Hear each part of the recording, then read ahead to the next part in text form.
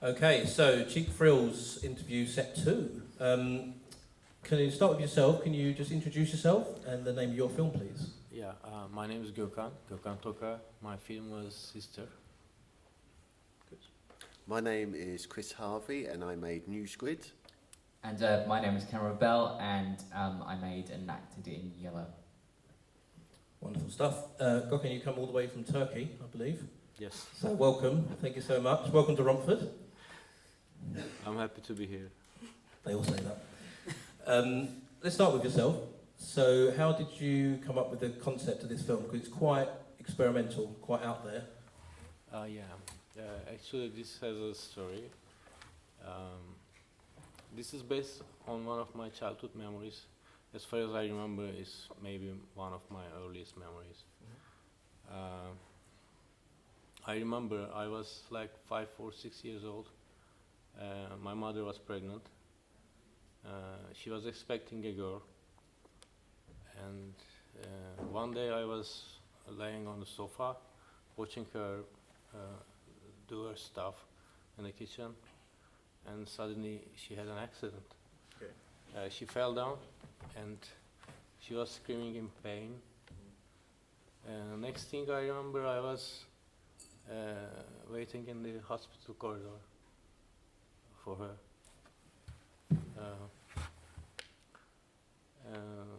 And then one of our relatives approached me, took me by the hand. We walked down a corridor. At the end of the corridor, there was a box. And he said, "This is your sister." And I don't remember what was in the box, but I remember a bucket of blood, something like that. So it was a memory. Yeah. It was based on this memory, actually. Yeah. But I mean, as a memory, it's something else. When you start to write the script, it turns to something else. Right. And when you start to work on film, it again becomes something else. I mean, right now it's maybe because of that, I wanted to put a distance between the film and the actual memory, Okay. so it became somewhat more experimental. Right. Okay. So that's an idea you've obviously had in your subconscious for a long time. Yeah, yeah. Had you thought about making this film before now, or was now the right time for you? I think it was the most obvious time to do that because my wife was pregnant. Okay. Right.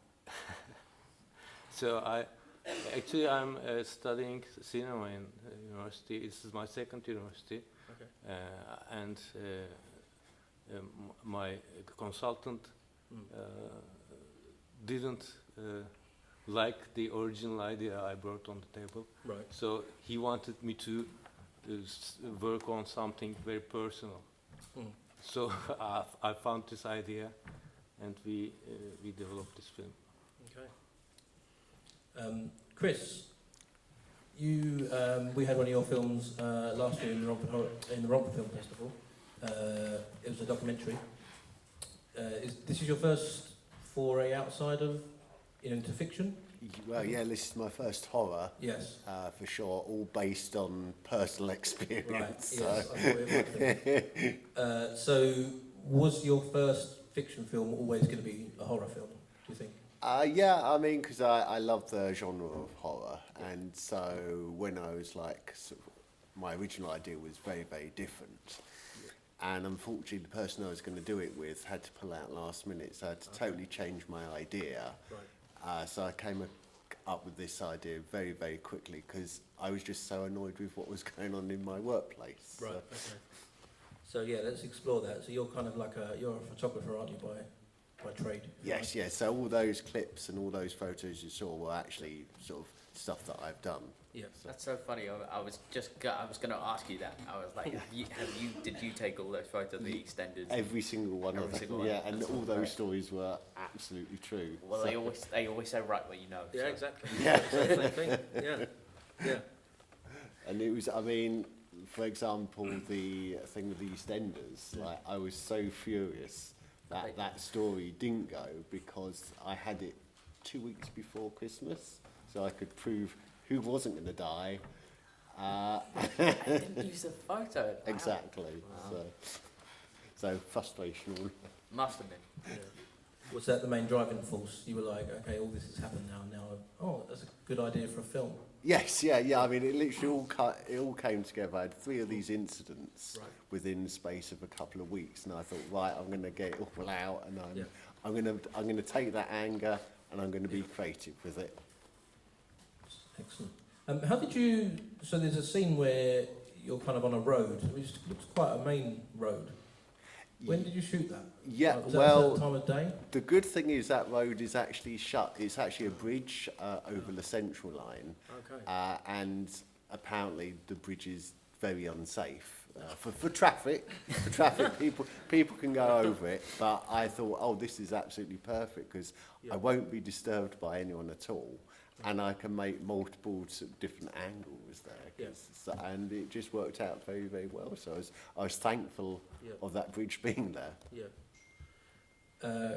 Cameron, I bumped into you very briefly at the bar earlier because I think we followed each other on Instagram for a while, but I think we've ever actually met in real life. And I said, oh, the last time I saw you, you were murdering Aviana Snow. Yes. Yes. How was that for you?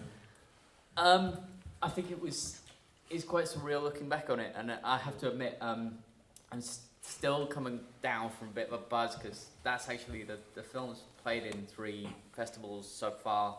One of them in Florida in the States, and this is the first time that I've actually seen it on the big screen. So it sounds quite quaint, but yeah, it's still a bit of a buzz. But how was it? Oh my goodness! I think it is a blur looking back on it because in that moment everything's sort of a bit fragmented, and I think what I felt was that I had the space and the ability to go to a level that was that real and that realistic, based on the trust that I have with the creative team that was around me and the team that we had on that shoot, and really helped by Aviana herself because she was just she was a real trooper. You know, it was. I remember when we were sort of casting and going and contacting actresses, it wasn't going to be everybody's cup of tea. We knew that, but Aviana was gung-ho about it, and she really took it on board. And it was the first time that I had actually done anything performative in sort of simulated sex. So she made it really comfortable for me, and everybody did. Everybody was just so great. But yes, it was. How was it? It was surreal. She told us a story actually about the kind of the set that you basically kind of stayed.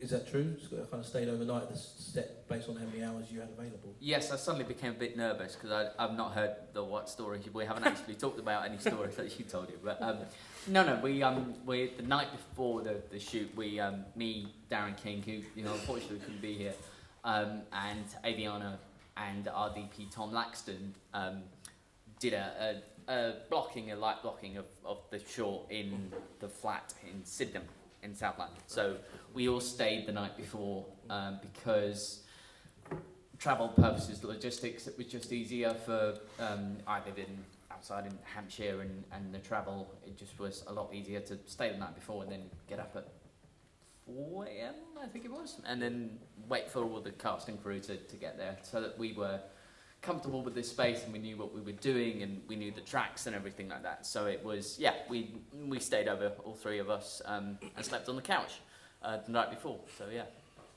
it's not glamorous when we do film. It's not like ritzy. We don't put people up in hotels.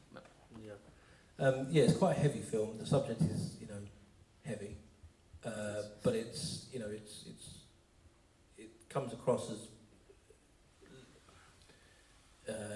genuine. It's not. We spoke very briefly that sometimes films about violence against women in the past can be a bit very unbelievable, but this was, I think it served the purpose of the. It was shocking, basically, wasn't it? And that's how it had to be, I guess. Yeah, I mean, we didn't shy away.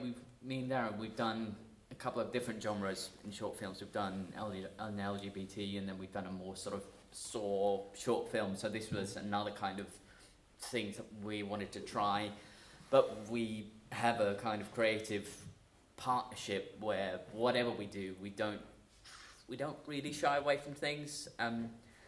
Unfortunately, it can happen, and these horrible things do happen. And since I've been here tonight, 2 people have come up to me, including yourself, and said it's a horrible film.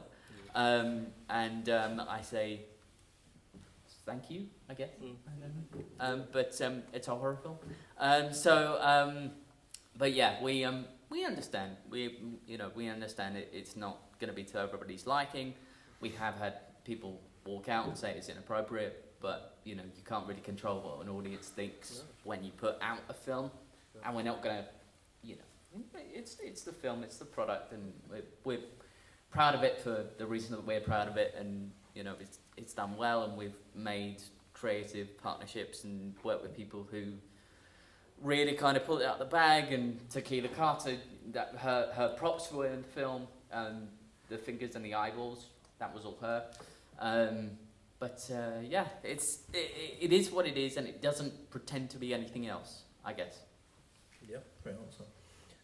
Right, last question, starting with yourself, Gokhan. What are you making next? What's your next project? Well, I have 2 projects. Okay. One of them is about a butcher. Okay. I just watched Gaspar Noé's films. Okay. And well, it's going to be, again, I think, experimental. This is the thing I can do with cinema, I guess. Yeah. So it's going to be an experimental film. It's about a butcher who's going to be bankrupting. I mean, probably there will be ruins everywhere. I will find the right place to do that. When I find the place, I think I can figure it out. The location is the key. Yeah. Yeah. For me, it is. And will you have a larger budget maybe, or still going to be very low budget? Yeah, maybe with the help of these festivals, I can draw some attention, and I can grab some budget from somewhere. I don't know. Okay, good luck. Chris, what are you working on next? My next project is working on a documentary about the puppeteer David Lieberhart. He's a very, very eccentric man, and I spent 5 days with him last year, but I'm spending another few days with him hopefully this year to finish off the project. But it's going to be weird. Like, this guy believes he's been abducted by aliens. He used to live with Robin Williams. He has so many weird stories, and it's deciphering what's true and what's imagined. Right, so you don't know for certain whether he did live with Robin Williams or not? Oh no, he did. Oh, used he did, to live. right. He did used to live with Robin Williams, Right. but there's other things I need Okay. to work out. Are they 100% true, or are they just imagined? Some tales. Okay. Cameron? The reason I'm hesitating is because your film sounds really interesting. Still thinking about it. So in a couple of weeks' time, I'm going to do a night shoot, a good old night shoot in doing another short film, again, very different style, with Darren at the helm, and I'm looking forward to that. That's very fun, sort of a very abstract, quite, out there type piece. And then we're looking for funding for a potential short film that's a revenge thriller, but told through the eyes of a female lead, which actually only got the pitch deck for last night. I read through it. It was really quite interesting. It's a smattering of things, but I'm always available. So there you go. Lovely stuff. Thank you so much for submitting your film and to coming. Can I have a round of applause, please, for the